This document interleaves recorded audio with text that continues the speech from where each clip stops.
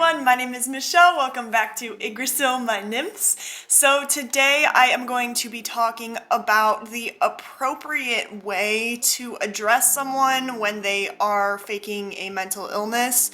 I made multiple videos about like signs someone's faking and why people fake, but is there a genuinely good way to approach someone who you know is faking a disorder that you care about? It doesn't mean that they're a bad person if they fake a disorder. I know that it must, and it is, extremely frustrating when you have a disorder and someone is actively faking it in real life or online. So it's understandable to be like, empathy who? But at the same time, if you're faking a mental illness, chances are you have some sort of mental illness going on in the first place. So today we're going to be talking about how to properly address it, although there isn't one proper way, you know what I mean? So make sure to give this video a thumbs up, subscribe, turn the bell on if you're feeling risky, comment below if I missed anything, if you'd like to add anything. I would love to know. Make sure to consider becoming a member. It starts at 99 cents. You get early access to my videos, you get to pick my videos, and many more other perks. Thank you so much to each and every one of my members. I appreciate you so much each and every day. As always, and enjoy the video.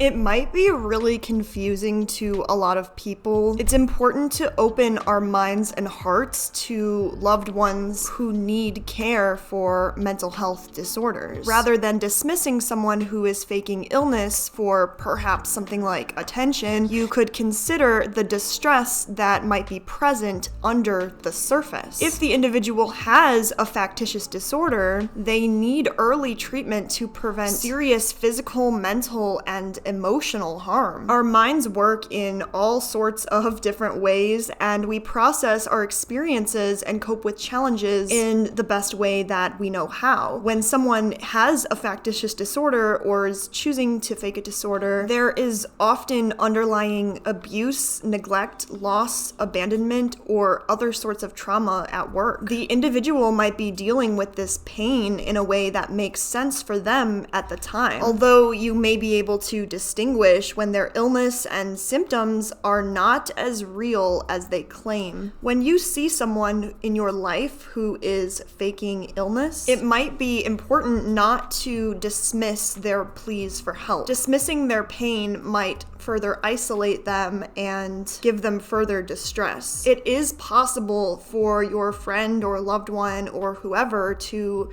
turn a corner and transform their pain into strength, hope, or any other hobby. Some people with Munchausen's, factitious disorders, or are just trying to fake a disorder, seeks attention through perceived distress. They may fake their own illness, sometimes going to great lengths to create the appearance of symptoms, to research medical conditions, alter medical records, and fabricate stories about their experiences. In some cases, people might cause injury to themselves or otherwise induce illness in order to be worthy of attention in this particular way. Some people might even attempt to bring harm to another person or fake that person's illness, otherwise known as Munchausen's by proxy, if it will bring the attention that they seek. Even before digging under the surface, we can expect that someone with a factitious disorder is seeking fulfillment of certain emotional needs that they are not able to meet elsewhere. In the mind of someone who is faking an illness, these are routes to achieve the concern, care, and love of others. This unique logic is a symptom of the disorder. And because it is a disorder that is ruled by deceit, it can be difficult to diagnose and treat. And when left untreated,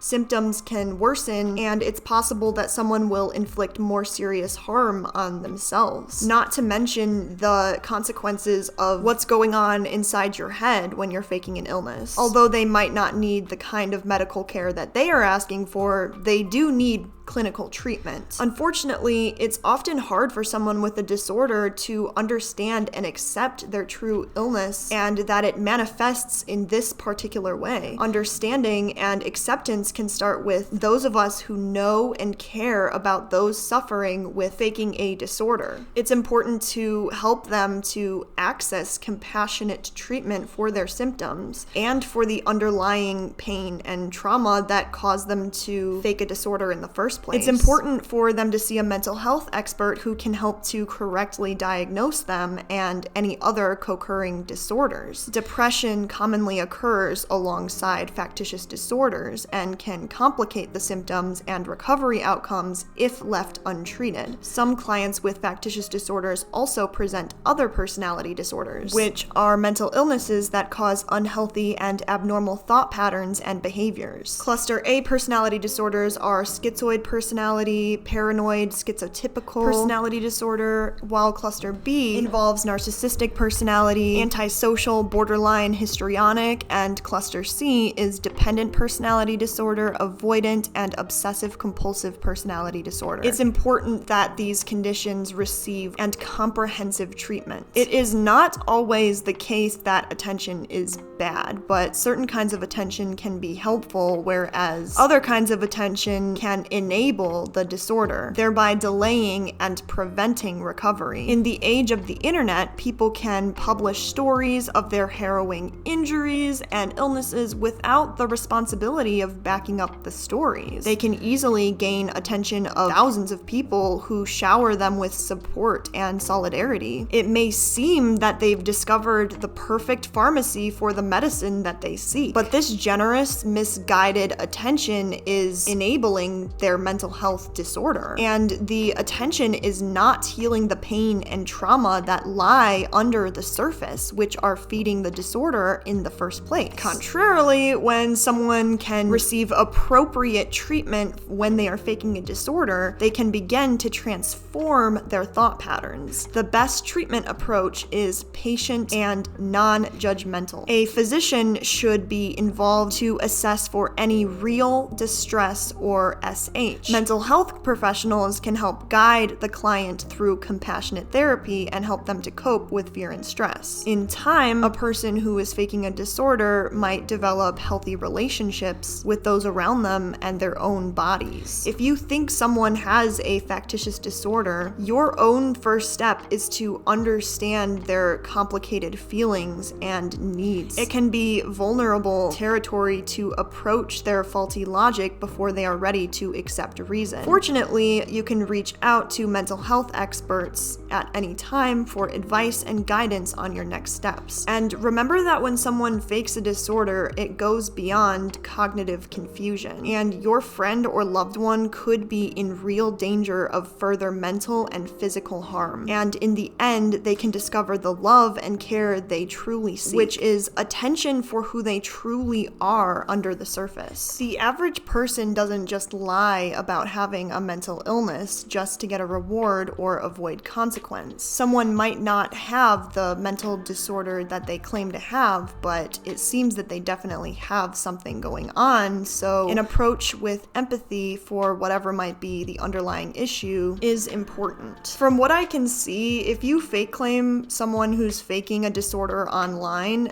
generally they'll just get angry. So it's really tough, and I'd love to see what you guys have to say in the comments because you don't want to enable them. What I do if I ever suspect someone is faking a disorder is I'll just scroll. Like, I won't pay any attention to it. But at the end of the day, that's not helping them. There's an online form of a factitious disorder that is called Munchausen by Internet, or MBI. Munchausen by Internet refers to medical depiction that happens completely online. The widespread posting of videos and still photos that apparently show medical signs or medical paraphernalia is marking a turning point. Most people who feign illness don't confess to the deception, not even to themselves. That makes factitious disorders hard to treat and nearly impossible to quantify. Although Cleveland Clinic data suggests that about 1% of hospital patients have the disorder, although a higher number of cases is suspected. Malingering, on the other hand, is defined as lying or exaggerating illness with a specific aim, such as getting money or avoiding a jail sentence. These patients know that they aren't sick, but will pretend to be until they can get what they want. Clinicians and researchers have even become more aware of the phenomenon of Munchausen's by internet and social contagion lately, and it does appear to be largely due to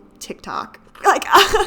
Nothing that both authentic and false symptoms can be seen in user-generated videos. Some of these posts are intended to educate, but many, if not most, seem to be attempts to feel special and having a dramatic diagnosis. If you feel compassion and offer online support to someone who you truly believe is sick, the discovery that you've been duped can be very hurtful. The degree of that pain depends on the extent that the person who has been deceived has gotten involved with the poser and their apparent struggles. Most will simply view it as a learning experience and be more wary in the future, but there have always been those who spend vast amounts of time online with the poser, and it can be kind of like a codependent enabling, in which therapy is very important for both individuals. In fact, everyone, I would say. Outrage has erupted around the world as people are being exposed as frauds. People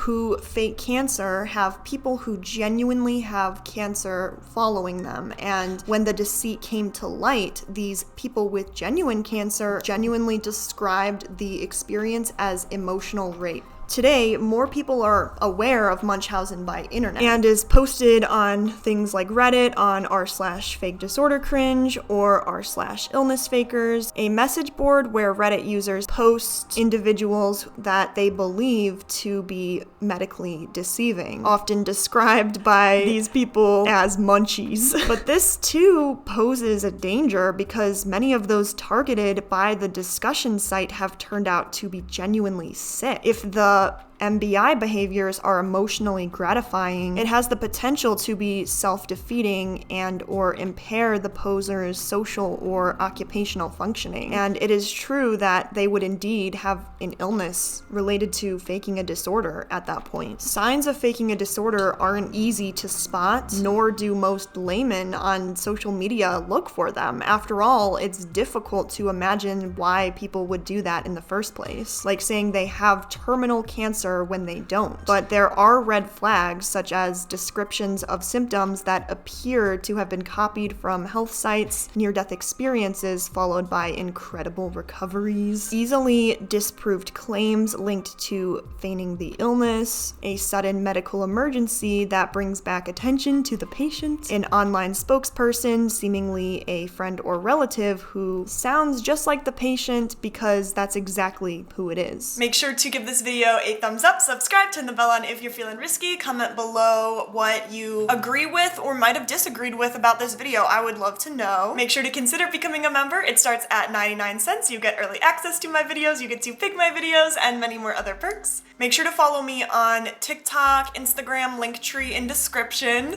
And thank you so much for watching this video as always, and goodbye.